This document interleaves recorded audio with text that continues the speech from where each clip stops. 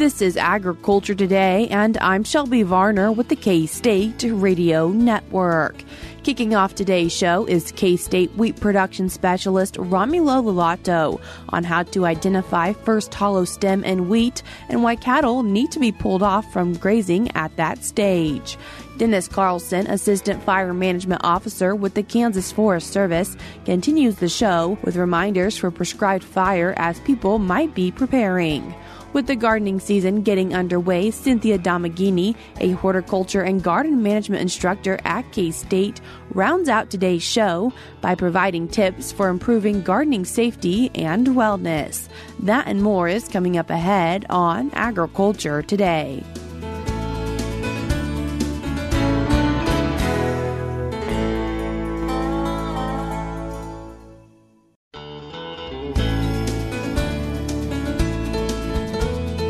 You're tuned in to Agriculture Today, and we start our Thursday show discussing wheat and how the warmer weather may have impacted it and first hollow stem. And then to talk about it, we're joined by K-State wheat production specialist Romulo Lollato. Romulo, thanks for joining us today. Hi, Shelby. Thank you. It's great to be here as usual. Romulo, February was pretty warm, and how has that impacted the wheat crop?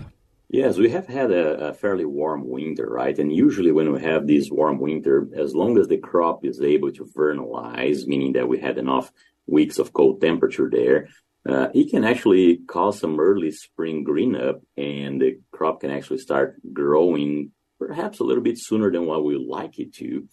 And in terms of vernalization requirement, right, just for everybody to be on the same page, but essentially winter wheat that we grow here in Kansas, it needs anywhere from 6 to 8 weeks when soil temperatures are below about 49 Fahrenheit. And that definitely happened, right? So if we count back since November, December, we did have a number of weeks there of fairly cool weather.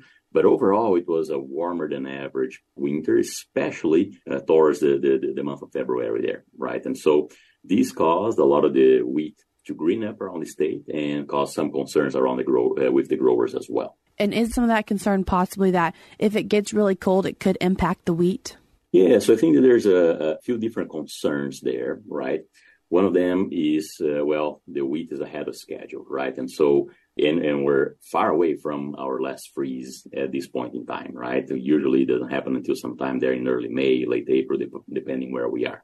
So one of the concerns is, the crop has had an earlier green up. If temperatures drop quite a bit again, right, which is still possible, can that cause some winter kill? And the answer to that is yes, it can. And it depends, of course, on how cold it gets and for how long those cold temperatures are sustained.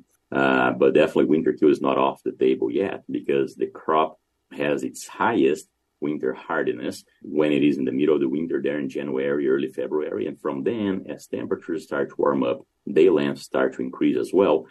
Slowly, the crop loses its winter hardness. So it cannot handle temperatures on the single digits anymore, which would have been fine back in December, January, right? And so there is a concern with winter kill, absolutely. There's also a concern with for some of the growers who may be grazing their crop, when to remove that cattle, right, also becomes quite important here. And finally, another concern would also be later on, if we have an earlier than usual spring green up, as we are having this year, and then an earlier than usual heading date as well, that crop could actually be more exposed to freezing temperatures around heading and flowering when it's very susceptible, simply because it might be heading out earlier, right? And that freeze damage around heading can be quite detrimental to the crop. So there are a few different concerns here that we're talking with. Of course, a few of them more immediate than others. And as this wheat is growing up and looking at that first hollow stem, why is it something that producers who might be grazing their cattle on it should really keep in mind? That's a good question, Shelby. And, for some background, where we are here, Kansas, Oklahoma, Texas, right? It's one of the only regions in the world where we can graze the crop and then still harvest a grain out of that wheat crop, right? And part of that is because of this winter dormancy that we have, where the crop is not necessarily actively growing. And so it allows for some grazing out there. And part of that is also because our winters are fairly warm and they allow for more forage production, right? If you go to colder regions, we also have winter dormancy, but we don't have as much growth, as much biomass, right? So it's a very unique situation that we have here in this part of the country and this part of the world, really. Now, a few things that we need to keep in mind there that are very important is we're not only looking at a forage crop and beef gains now, but in a dual purpose system, we're also wanting to protect our grain yield later down the road as much as we can. And first, to protect that grain yield, removing cattle at first hollow stem is extremely important. Now, let's explain what first hollow stem is and then why it is important and then what can happen if we don't take care of that, right? But essentially, up until the crop starts greening up, there is no developing head in that crop, right? There's a crown, but in that crown, there's no developing head. Now, once it turns reproductive, right now, after winter dormancy, it starts to develop a tiny head in the bottom of that crown. And that tiny head is going to be pushed up in those stems, creating a hollow stem. So once that tiny head is underneath the surface, that's fine to be grazing the crop, right? Because it's not going to be, we're removing foliage, and that can actually cause a little bit of yield loss there, but overall not much. But once we started actually the developing head is above the surface as it's being pushed through in that stem, well, now the cattle is eating the developing head, and that really puts a ding in our grain yields on later on. So that's why it's very important. That's what first hollow stem is. It's actually when we have about 1.5 centimeters underneath that developing head, so in between the crown and the developing head, and that translates to roughly 0.5 inch or the diameter of a dime, right? And if we're grazing past first hollow stem, now the yield drag can be quite steep. It's actually, in fact, if we are grazing properly and removing cattle at first hollow stem or by then, usually, we might have a 10-15% yield drag in grazed wheat versus ungrazed wheat. However, if we're grazing past first hollow stem, now we're talking about 1 to 5% yield loss per day, right? And so if weather is cool and moist, but we're grazing past first hollow stem, we might be losing 1-2% per day. If weather turns out hot and dry and harsh, now we're probably losing up to 5% per day or so. So it's a very steep yield loss that we have if we're grazing past this very important stage of development of the crop, which is the first hollow stem. And so for first hollow stem, is that going out for producers to just go pull a plant up out of their field? The way that we check for that, so there's a few different ways, right? As K-State Research and Extension on the Mesonet website, we have a first hollow stem estimate tool that gives us a general idea of where the crop is. Now, we don't want to use that tool by itself to make that decision. But if that tool is indicating that in your region, in that map, your region is still showing 0% probability, you're probably fairly safe there. Now, if that tool starts showing some probabilities of occurrence of first hollow stem, that's when we're really going to go out there and check. How do we check for that? Well, you go in the field that is being grazed. It's very important. It needs to be field specific. But you don't go inside the fence, right? Because those plants are going to be grazed, and that delays development a little bit. You want to go outside the fence and pull a few wheat plants, look for the largest tiller, and split that tiller open lengthwise. And that's where you're able to see if there's developing head there, you're going to be able to see. If there's hollow stem as well, you should be able to see. So just using a pocket knife, as long as it's sharp, you should be able to slice it open. And then having the dime on your pocket always helps us to see if we are reaching that threshold or not. So once those plants on the outside of the fence are reaching that have not been grazed, right, are reaching first hollow stem, that's a fairly safe time to remove cattle from that specific field. Now, because the development of first hollow stem depends on soil temperature, depends on variety as well, it is field specific, right? It may happen differently in neighboring fields if you have different varieties, or in parts of the state where you have different soil textures, right? Sandier soil might warm up a little bit faster than a silt loam or a clay soil, and so there might be differences there as well. That's one thing to keep in mind is it is field specific. So once that Mesonet tool is telling us there might be a chance to see some, I would suggest going out and check just outside each of those fields being grazed so that we can actually remove cattle at the optimal time and avoid any yield reduction from grazing past that optimal time for removing cattle. Romulo, you've mentioned the mesonet a few times. Are there other resources that you recommend people go check out if they're wanting to learn a little bit more information about this? Yes, we put out 1 or 2 times every week as part of the eUpdate articles, right? We're checking for the first hollow stem development of different wheat varieties. And that checking is actually done near Hutchinson, right? So for growers in that region, that can be a good tool. But on the long run, that just gives you an idea of how different varieties are performing, right? So that's definitely another tool that growers can have in mind. Check for that update if you're south from Hutchinson. You might not want to wait until we're seeing first hollow stem in Hutch, just because south is warmer and first hollow stem is going to happen sooner, right? But if you're around the Hutchinson region or north of there and grazing the wheat crop, that is another tool that can be useful in terms of at least having an idea of when first hollow stem is developing in your region or south of you there, so that you're actually keeping an eye on that. And that report goes out on eUpdates as well, but also we put out those reports out on Twitter and Facebook and other social media. So on those social media avenues, you can follow KSU Wheat. So again, that's a KSU Wheat, and you should be able to see that information there as well. Romulo, I appreciate you taking the time to join us today and share with us some information about first hollow stem and wheat. Yeah, thank you, Shelby. That was K-State Wheat Production Specialist Romulo Lollato. You can read more on this topic from K-State's Agronomy eUpdates, which you can find by going to eupdate.agronomy.ksu.edu. And I will link that in today's show notes on agtoday.net. We're cutting to a short break now, but we'll be back with more ahead.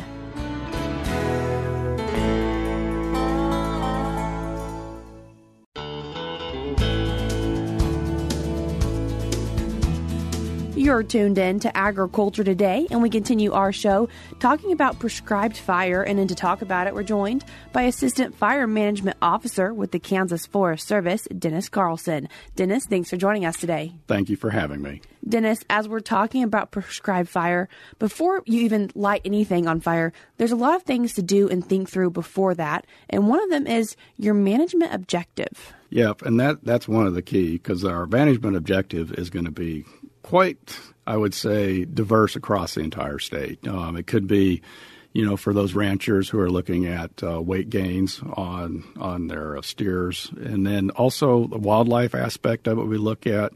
And then we also look at, people that are going after specific species of trees, different weed species. And that'll really affect the timing of the burn, whether it is early springtime, whether it could be summer, or whether it could be a late growing season burn. As we're thinking about prescribed fire, before we do that, also important to remember that there might be regulations for your county. Yeah, that's correct. Always make sure you know what your county regulations are on prescribed fire.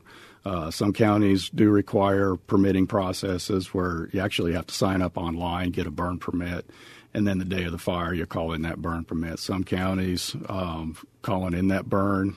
So make sure you always check what the county regulations are.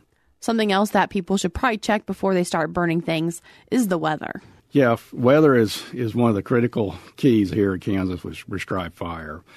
Certainly you're checking the day of, but always be looking at those couple days out, the following days, mainly looking to see if you're going to have red flag warnings after that, because here in Kansas our weather changes so dramatically. We'll have a really good day to burn, but then look at that next day. And if it is going to be really high fire danger the next day and you do end up burning, that's where you have to make really good decisions on the mop-up and monitoring that so it will not escape. If people are deciding to burn, really important to make sure there is a game plan. Yep, it's always good. And, the burn plan is really an important part of prescribed fire. Mainly it gets down your objectives and it makes you think through the burn. How much water you're going to need, how many people you're going to need, what's your objective, what species you're going after. And all that planning kind of helps you decide well ahead of time of what you're going to need to do on that specific piece of property. And important to share those ideas and thoughts with others? It's always good. There is a lot of people that have good prescribed fire experience and talking it over with them, let them look at the burn plan. Because they can always give you a lot of hints and tricks and some of their knowledge, too, on what works best. And is that something the Kansas Forest Service could also help with? Basically, what we do is we've done some trainings, quite a few prescribed fire trainings, with the Prescribed Fire Council here in Kansas. And a lot of those, we do those trainings. We do some in-class trainings across the state. And so, we kind of give those landowners direction on which way to go with that. And thinking of those landowners, many have probably done prescribed fire before, but just a reminder to wear appropriate clothing also. Yeah, it's always key to wear appropriate clothing. I do prefer Nomex, Nomex pants, Nomex shirts, but I understand a lot of people may not have that stuff. So make sure you have good boots, good jeans, long sleeve shirts, and those type of things. And also eye protection. And the other thing a lot of people are starting to look at is the airway protection too. We're starting to see a lot more air masks that have some carbon filters in them, especially those individuals who are on the holding crew, which that is, where you initially start the fire and the wind is blowing across that line and they're going to get a lot of smoke, and it does help quite a bit. And Dennis, thinking about a crew, how many people or maybe who should you think about putting on that crew to help you be successful? Yeah, the crew size is always important, and it varies. The minimum I like to see, and it really depends on the size of prescribed fire that you're doing, I like to have at least minimum of 2 pickup units. I prefer 4. I like for a minimum of at least 2 UTV units. I prefer 4 of those also. And then, 1 individual per apparatus. On the trucks, I'd like to have 2 individuals per apparatus. With that, too, I like to have a burn boss who is overseeing the whole thing. They kind of help give the direction that people are going to need.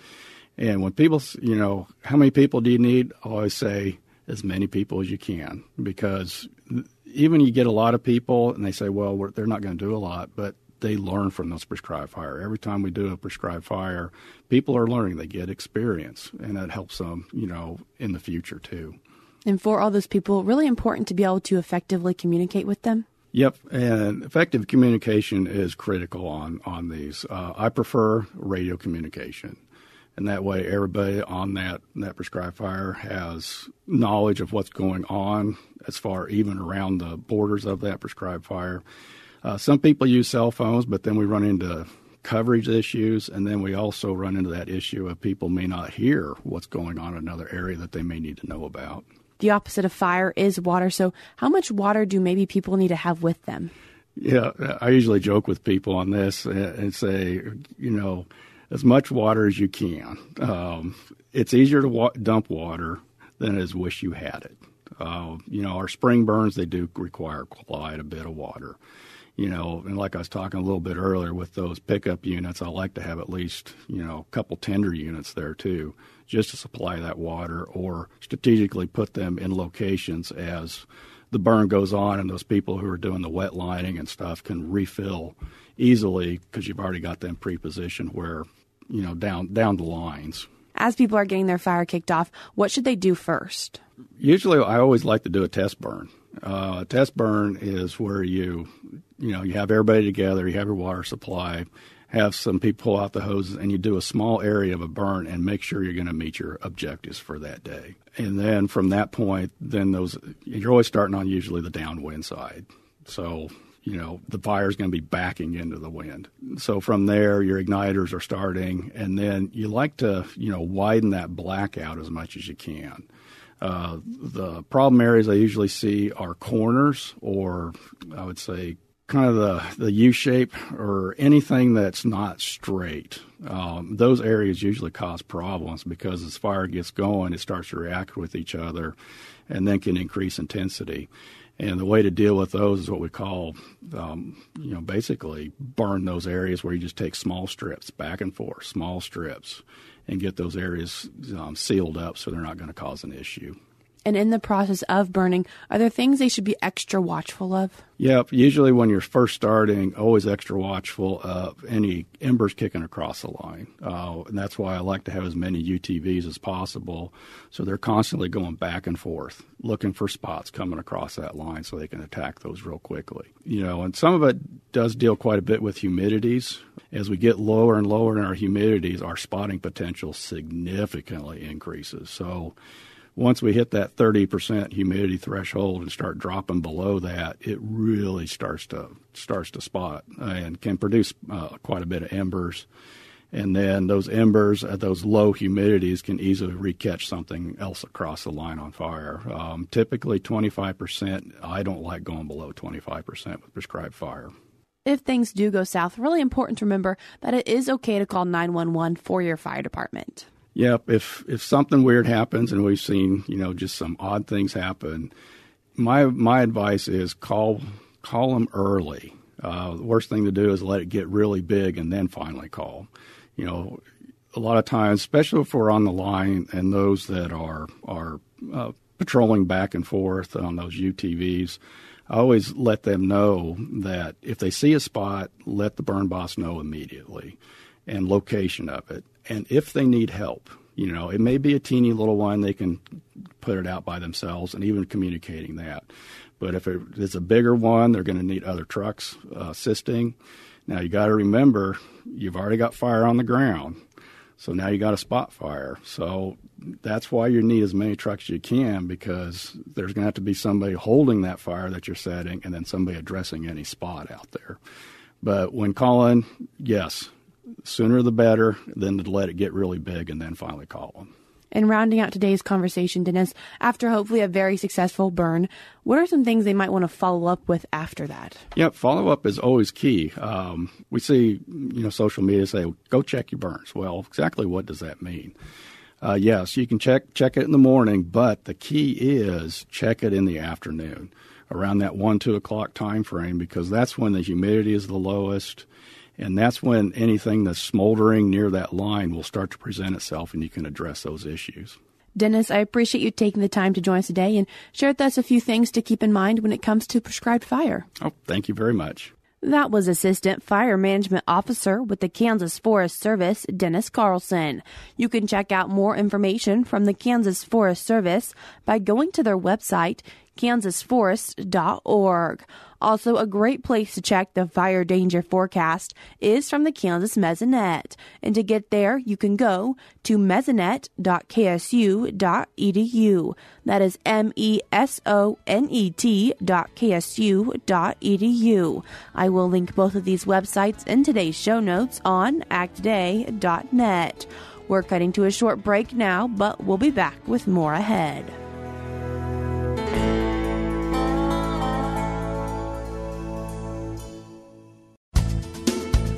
This is Agriculture Today. Along with Shelby Varner, I'm Jeff Wickman.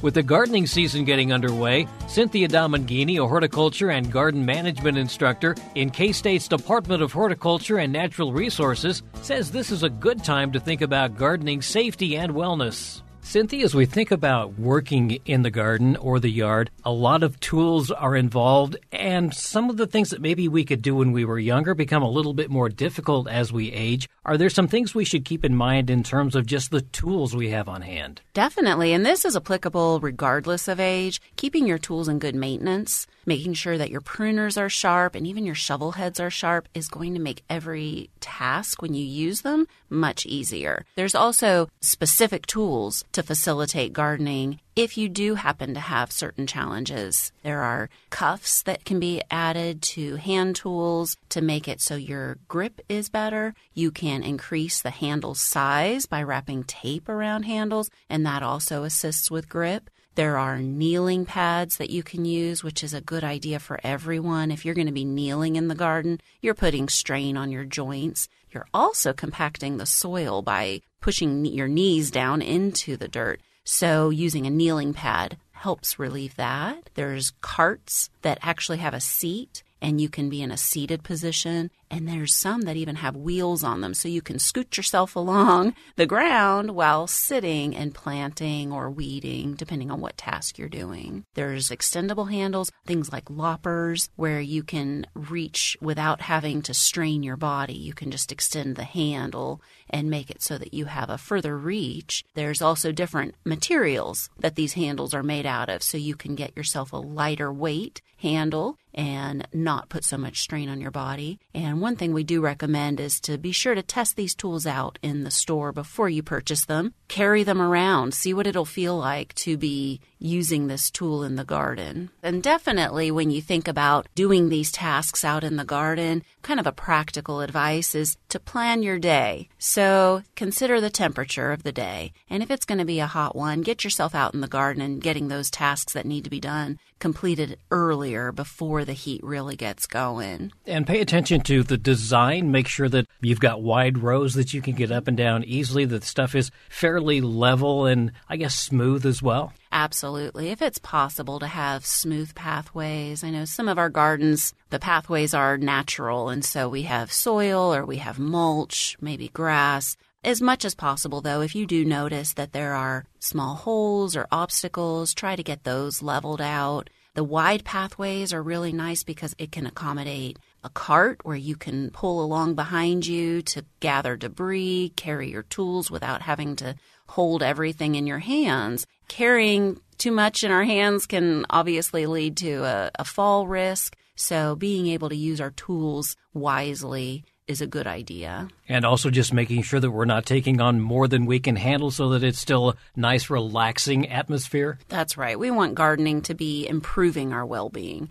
And so part of that is growing a garden that you are able to manage. So choosing plants that are recommended for our area, which we do have a list of those, lots of lists of those, on our website at the Horticulture and Natural Resources Department. So using those recommended plants will reduce the maintenance that you're going to have to do to get them to grow successfully. Also keeping in mind, how much produce do you need? If you do find that you need a large amount of produce, but you're not able to grow so many plants, don't forget that we do have local farmers. There are farmers markets across the state, and you can supplement your harvest while supporting those local farmers with whatever produce you're not able to grow, and that's a really good win-win for everyone. I also want to point out that you have a weekly newsletter that people can take advantage of. How can they find that the easiest way, I guess? So the easiest way is actually to subscribe. So if you send me an email at cdom, that's CDOM, at ksu.edu, I will subscribe you to our weekly newsletter, and then it will come directly to your inbox every Monday. You can also access it on our website, but the easiest way to get it to come to you is by subscribing. That's Cynthia Domenghini, a horticulture and garden management instructor in K-State's Department of Horticulture and Natural Resources. And that'll do it for this edition of Agriculture Today. For Shelby Varner, I'm Jeff Wickman. This is the K-State Radio Network.